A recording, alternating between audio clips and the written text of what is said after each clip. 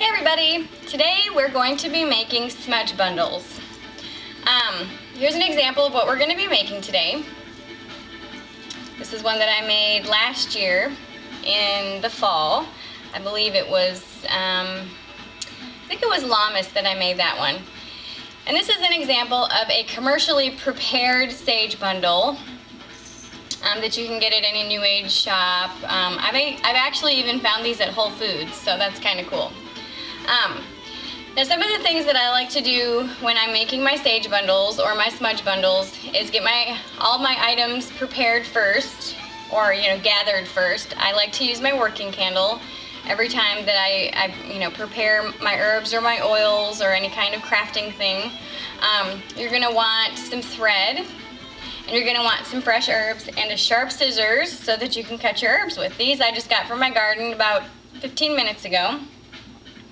Okay, let me explain real quick what the herbs I'm going to be using are and why I'm going to be using them. This is catnip. I use catnip for happiness, and it works extremely well, especially if you grow it yourself, and it's very easy to grow. This is in the mint family, so it does tend to spread. So if you have neighbors that have cats, usually they end up with 1 or 2 plants because they get huge. So I'm going to be using catnip for happiness. I'm going to be using lavender for peace and relaxation. And I've got my Chihuahua right here looking at me, which I'll show him to you here. He's just sitting under here. Here, let me show you. Yay! Okay. And rosemary for healing. And this is my other kitty. Hold on. They're just so intrigued. And then I'm going to be using prairie sage for purification. All of my animals want to join in. Oh, he smells the catnip. Here, kitty. You want one? Yep. Whoops, kitty. Hold on. Okay. Sorry about that. He's happy now. Okay. So, get all your herbs together, and I generally try to cut them into the same length. That way it's just a little bit easier. Okay, then you want to get your thread, and you lay out one length of it a little bit longer than the actual bundle. Now they're starting to play. And then you want to put your herbs on top of the thread and kind of grab it so that it's all together, so that you have the herbs and the thread, and then you just start winding. And you have to wind it pretty tight so that, because when they dry, they tend to lose a little bit of their volume. So you want to wrap it pretty tight.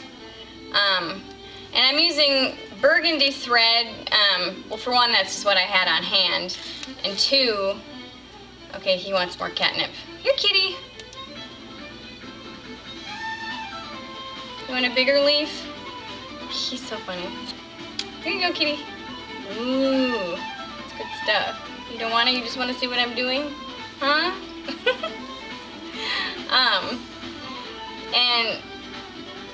And two, I like using burgundy because it's a very rich, warm color. And it's part of the red family, which is power. And so you want to keep squeezing and turning this. Towards the end it gets a little bit difficult because you have to handle what you've already done. But anyway, so just keep winding and winding.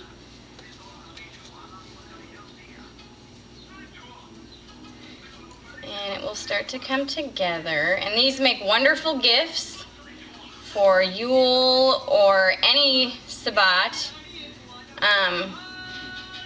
With each Sabbat, there's herbs associated with it.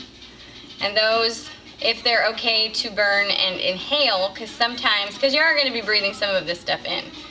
So you have to make sure that the herbs that you're using are okay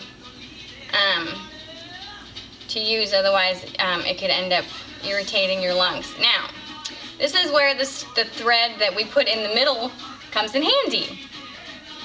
You cut the thread that you just used to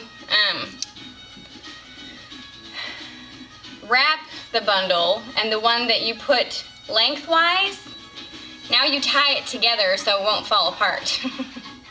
So that's a little trick that I learned when I learned how to make these. So you just tie it a few times, and when I tie 3 knots. I tie by the power of the maiden, by the power of the mother, and by the power of the crone. And so I do 3 knots for mine, and then you can trim the excess thread, and there you go. Whoops! It's a jumpy little thing. So anyway, so then you can just set this someplace and let it dry, and then and it smells wonderful. And then after it's dried, this is what it looks like. And like I said, these make wonderful gifts, and you can just use these anytime that you need a little bit of a oomph for your magic, or for purification, for, you know, many things. So anyway, I believe this has the same things as this, except I think I added echinacea to this one, also for healing. So anyway, and another thing that I like to do after I make a type of magical thing like this is I like to consecrate it. But actually, that will be another instructional video that I'll do, is showing how to consecrate various magical items. I know everybody does things differently, but I'll show you the way that I do it. That will be another video. So I hope you guys enjoyed my instructional video on how to make smudging bundles, and I'll see you next time. Bye!